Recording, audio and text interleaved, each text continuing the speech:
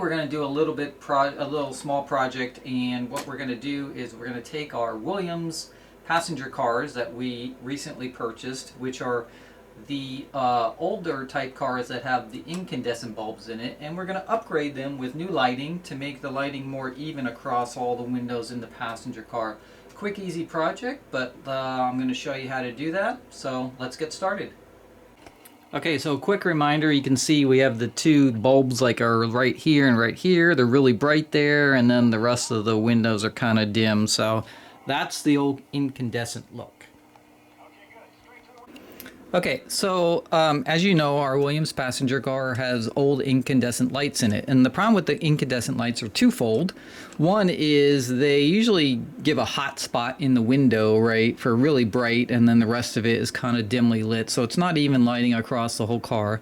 But the second thing about the incandescent lights is they draw a lot of amps on your layout. So depending how many passenger cars you have in your set, you could be drawing a lot of amps.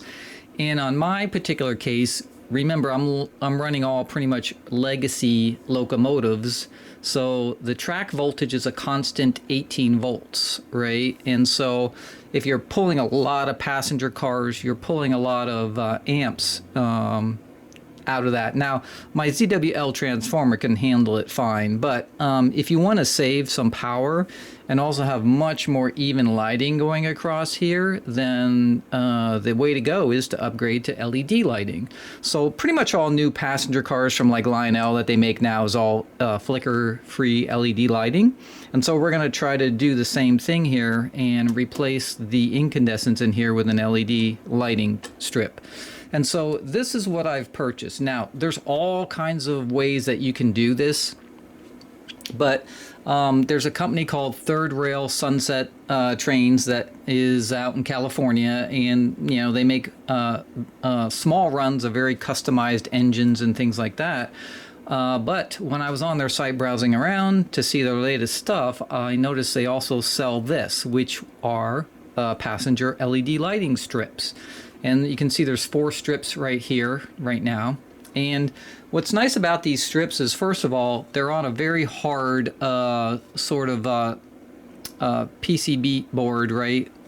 Which is nice and stiff, which will make it easier to mount on the inside. They have some pre-drilled holes in the strips here so that if you do have mounting posts inside your car, or you even want to like maybe epoxy some mounting posts onto the car, that would work also, and you could attach it then with screws. These are adjustable in the length. So these are 17.5 inches in length, which is perfect for any 18-inch passenger car or even a 21-inch passenger car. There'd be plenty of light. If you have a 15-inch, you just cut these down so you can just cut them where you don't need and just cut off the extra lights that you don't need off the end. And so this is a pretty good size that will be pretty universal across all passenger cars. The other thing about them is that they have these extra pieces on the end here. So you have your connection right here, which is really nice because it comes with a little pack of quick connects and then your wires that you can connect to your power supplies. And then it has these capacitors, which is the piece that's going to make it flicker free. So as you know, when your cars travel over the track, right, these little pickup rollers here are what gives it the power. And of course, when you're going over track can be a little bit uneven. You can, you know, between the joints of the track, you can lose connections if it's dirty. So for a second or two, split second, you may lose power, and that's why the lights flicker typically in the old incandescent cars. On the new LED, of course, they have capacitors which are storing energy, and then if it loses power for a split second, this will take up the slack, and then you'll have that sort of flicker-free lighting. And you can see there's plenty of LEDs all the way across the board here from end to end, so you should have plenty of light. So yeah, these are pre-made. So the only negative about these is maybe the price, although I didn't think it was totally unreasonable for what you're getting, but they are basically $20 a strip, and they come in packs of 4, so it's pretty much 80 bucks to do a set of 4 cars. The only thing that is really negative about it is it comes in packs of 4 and not like 5 or 6, because a lot of the MTH passenger sets came in sets of 5. So you're going to have an extra car, and then you're going to have to buy 2 packs, which is double the price, even though you only need 1 more strip. So that's the only thing about it. Now, can you go on Amazon and just buy your own LED strips and all that kind of stuff? Of course, and you can do it much cheaper, but you have to then assemble it all and do all that work yourself. So you're going to have to get capacitors and diodes and everything else to make sure that, you know, quick connectors if you want that. And then somehow, like if you get those sort of rolls of LEDs, they're usually flexible, like sort of flexible rubber, then you're going to have to somehow find a way to attach it inside the car. So this is just nice, pre-made, a quick weekend project. You just break these apart here, and then you can mount them inside your car. So that's up to you if you want to save some money, or if you don't mind spending a little extra for something that's already has all the work done for you, and you just have to very quickly mount them inside your car and then solder them up to your electrical connections, and you're done. So let's go ahead and open up our passenger car here so we can take a look at it.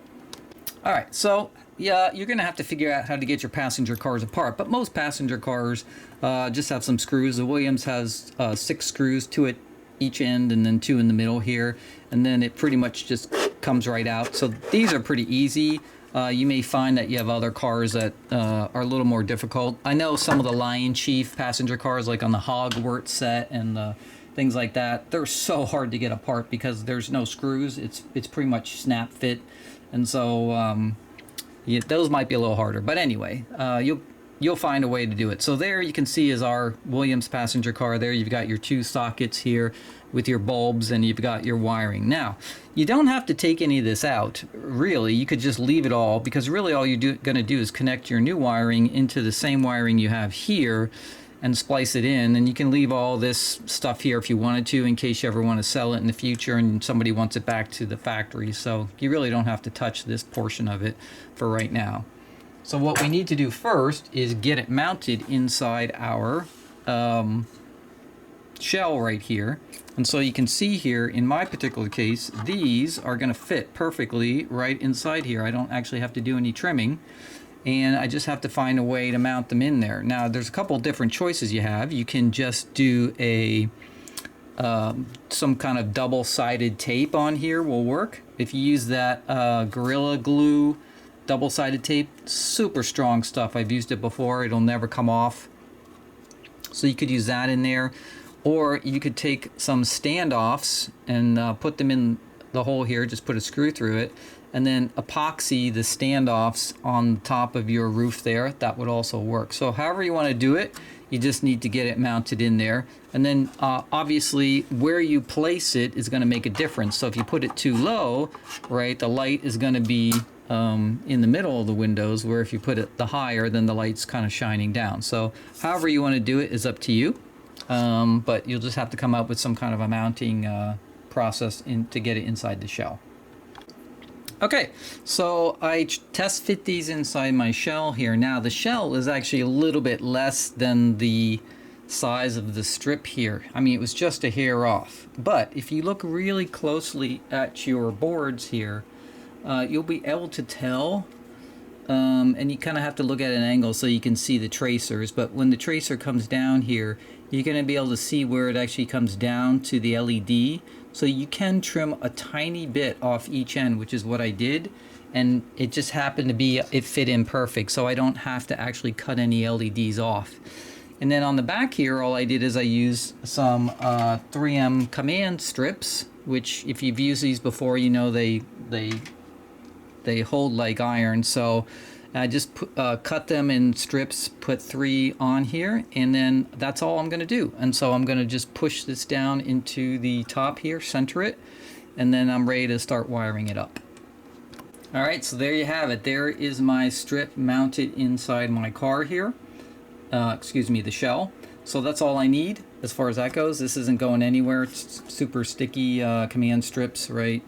And now all I have to do is take my base here with my wiring and get my connector wired in here and then connected. So obviously this is at one end here, so I'm gonna have to make sure that I can connect to both sides. We'll see if we have enough wire here. Might have to add a little bit on the end here. So we're gonna splice it into our connection here, and then we'll be ready to go. Alright, so here's our completed wiring setup. So the quick connector is attached to the board here. I put some hot glue right here just to keep the wire away from the windows so you don't have a shadow. And then I brought it down here, and all I did was I tapped the ground into the ground wire and tapped the positive into the hot wire here. Put some little electrical tape there. I had to extend the wire, so I just added a little piece on and put a shrink wrap on there. And that's pretty much it. And then I took the bulbs out because obviously you don't want the old incandescent bulbs lighting and the LED at the same time, pulling power. And I just made these long enough basically so that in the future, if I ever want to take the shell off, I can actually lay the shell by the side and there's enough room.